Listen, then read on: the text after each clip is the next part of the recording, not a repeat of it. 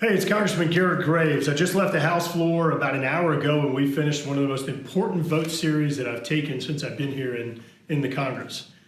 We voted on the impeachment inquiry for President Trump. Look, the impeachment inquiry has been going on for over a month, nearly a month and a half.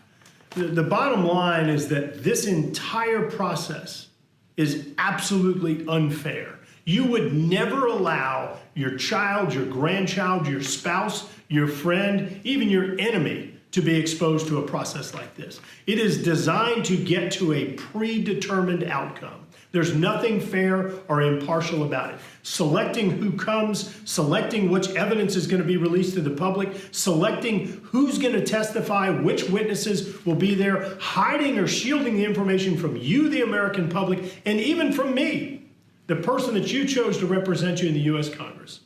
This process is disgusting. It is absolutely unprecedented, nothing like the process that was used for President Nixon or President Clinton when they went through the impeachment process. And I'll say it again, something that you would never allow your best friend or your worst enemy to be exposed to. This is un-American. I opposed it, and I'd vote the same way every single day. So I just gave you the top level summary. If you want to learn a little bit more about the background of this resolution, the impeachment inquiry that we received 2 days ago and had to vote on this morning, stay tuned. I want to walk you through some of the actual contents of this document.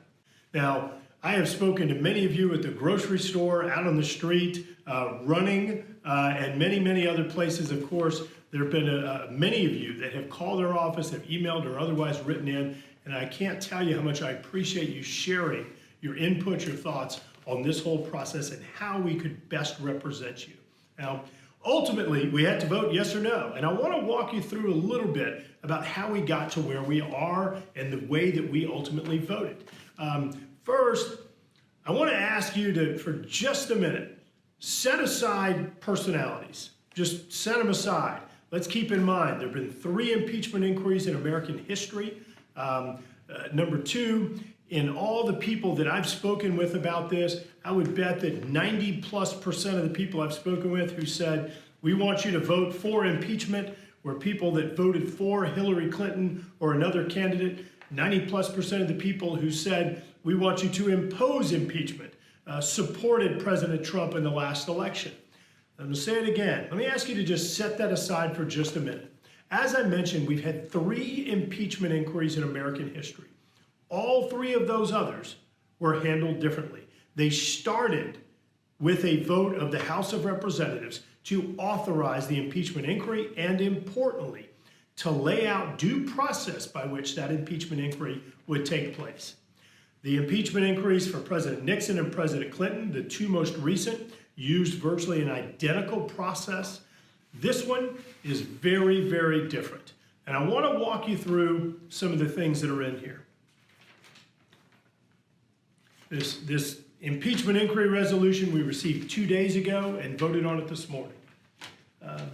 First of all, right here in this 3rd paragraph in the resolution, it says that effectively the Republican members of Congress and the White House, within 72 hours after notice is given for the first hearing, within 72 hours of the first hearing, they have to submit their list of witnesses.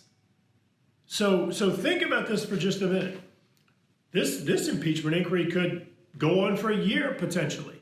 Can you imagine having to submit all of your witnesses right now, for an investigation that goes on for over a year? Things may change, new evidence may come up, you may find a new witness, and you're unable to adjust that, and you have to submit your entire witness list right now.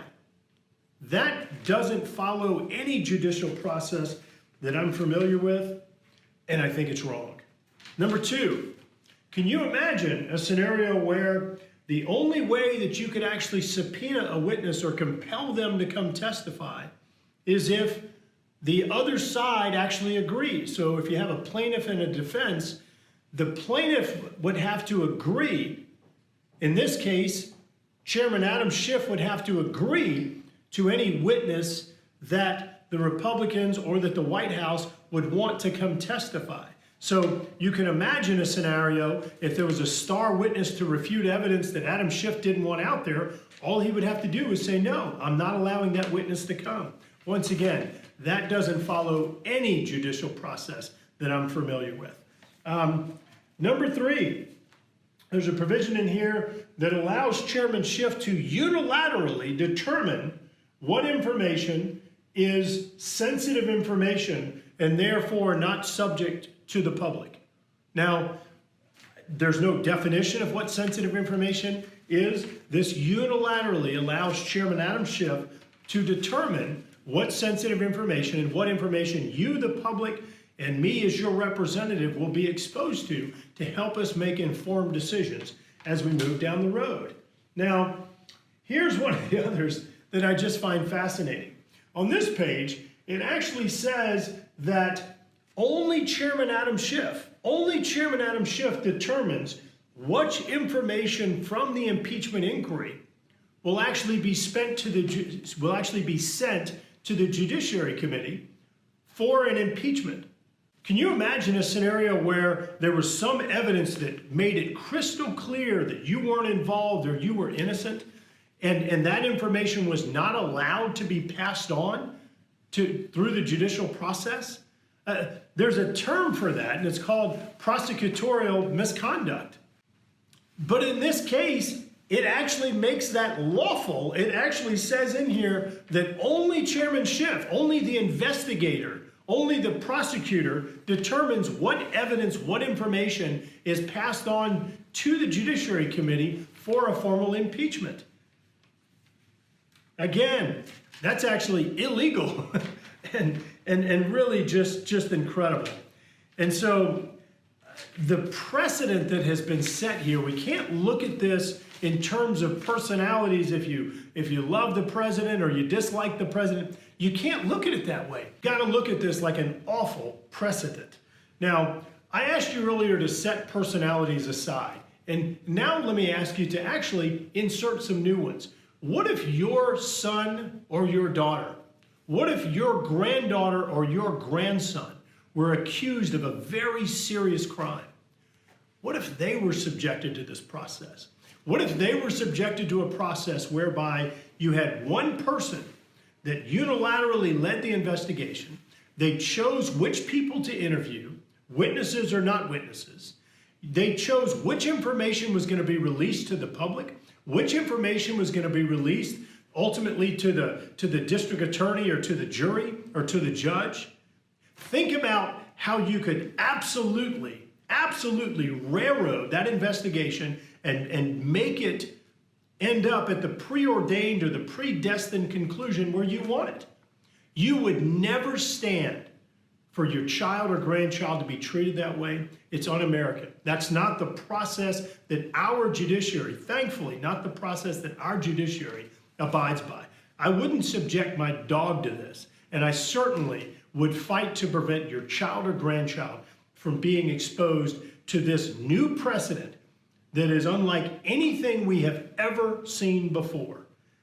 So I voted against this impeachment inquiry. I feel very strongly about that vote for the evidence and the actual resolution that I just went through, because of the awful precedent, because this is so contrary to how our existing grand jury and judiciary process works.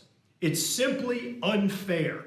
You know, the other thing that really bothers me is you look around the country right now, and when I talk to you and I ask you about your priorities, what I hear from you is we need to address our traffic problems. We need to get the trade agreement with Mexico and Canada signed into approved so we can move forward on those new jobs and new trading opportunities for Louisiana businesses. I hear about energy development and helping to reemploy that energy workforce. I hear people often talk about the absurd cost of prescription drug prices. I couldn't agree with you more. I couldn't agree with you more. But unfortunately, what's been happening for the last month or month and a half is we have been spending time on this railroad partisan process that's just ridiculous. It's a biased process, and I'm very concerned about the precedent that this is ultimately setting.